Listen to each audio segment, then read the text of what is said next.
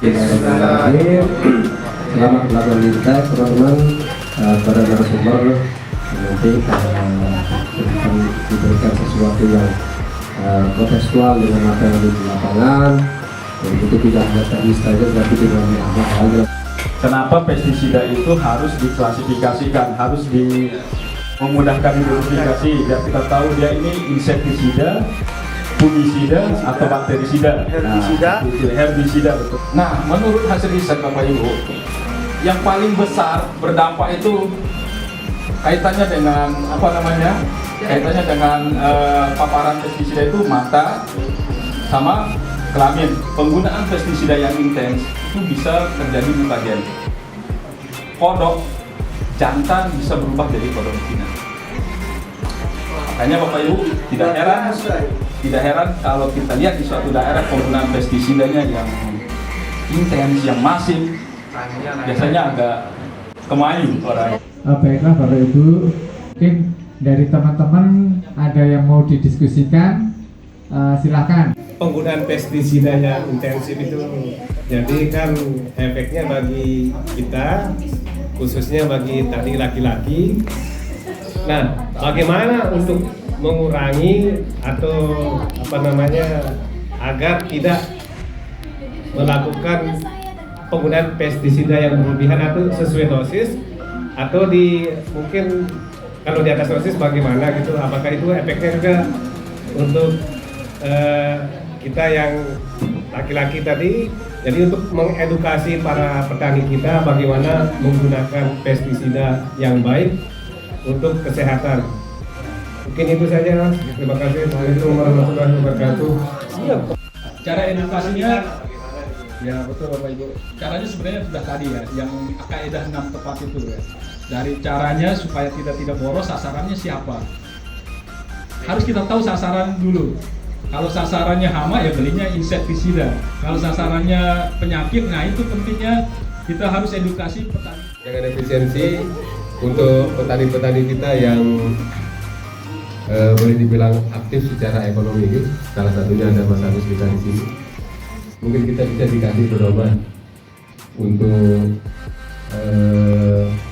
pestisida secara garis besar dicampur dengan pupuk pelengkap yang padat maupun yang cair. Itu saja mungkin. Terima kasih. Assalamualaikum warahmatullahi wabarakatuh. Teknik pencampuran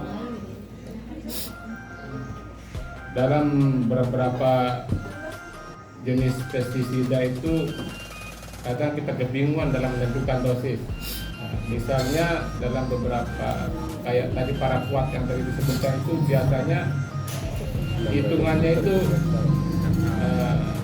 liter per hektar.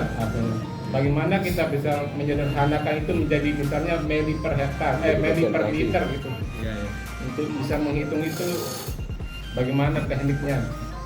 Jadi kalau misalnya kita aplikasikan insektisida berapa tangki? Ya nggak bisa saya jawab Pak. Tergantung sasarannya lagi. Kalau misalnya WBC-nya kondisinya satu rumputnya sampai 300, itu nggak bisa dia 10 tangki Pak. Harus 20 tangki. Itu minimalnya. Karena apa? Yang kita semprot batang bawahnya. Itu harus intens. Nggak bisa gitu asal semprot. Makanya banyak yang petani yang merasa rugi ketika minta buruh untuk aplikasi.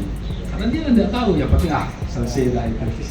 Nah, itu belum lagi Bapak Ibu kaitannya dengan cara pencampuran yang tadi. Efektif enggak caranya kita campur? Itu ada kaitannya dengan dosisnya tadi. Nah itu teknik pencampuran berapa butuhnya per liternya. Nah, sama kayak misalnya kita mau aplikasi herbisida yang purna tumbuh. Ada syaratnya Bapak Ibu. Tidak semua rumput itu bisa bisa dikendalikan. Kalau Bapak Ibu misalnya di tanaman padinya mau aplikasi rumput yang sudah tumbuh, itu ada syaratnya. Serumput itu maksimal 3 helai baru efektif. Beda lagi Bapak Ibu, kalau misalnya rumputnya sudah lebih dari 3, susah. Kita tambahkan konsentrasinya lagi, harus ada lagi penambahnya. Nah, beda lagi dia yang tadinya di botolnya dibilang untuk 100 mili untuk setengah hektar, karena jumlah daun rumputnya banyak, jadinya tambah lagi. Itu Bapak Ibu ya, harus kita kenali dulu sasarannya. Herbinya, kaitannya dengan herbisida, kaitannya dengan